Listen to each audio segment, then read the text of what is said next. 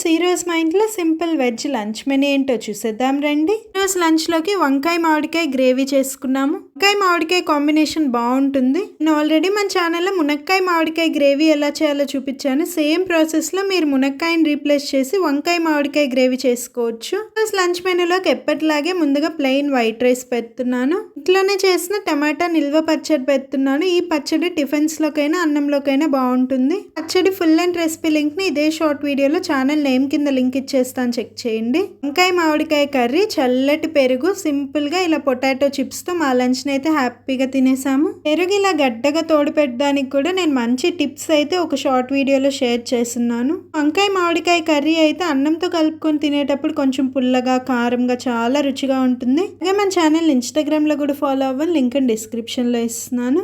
టమాటా నిల్వ పచ్చడి వీడియో చూసి ఒక్కసారి నా స్టైల్లో పచ్చడిని ట్రై చేయండి. పచ్చడి 6 months వరకు పాడవకుండా అంతే ఫ్రెష్గా టేస్టీగా ఉంటుంది. మీకు మా సింపుల్ లంచ్ మెనూ నచ్చితే వీడియో ప్లీజ్ ఒక లైక్ చేయండి. ఎన్నో హెల్దీ అండ్ టేస్టీ రెసిపీస్ మీరు నేర్చుకోవాలంటే మన ఛానల్ వెంటనే సబ్స్క్రైబ్ చేసి పక్కనే ఉన్న బెల్ ఐకాన్ని యాక్టివేట్ చేయండి.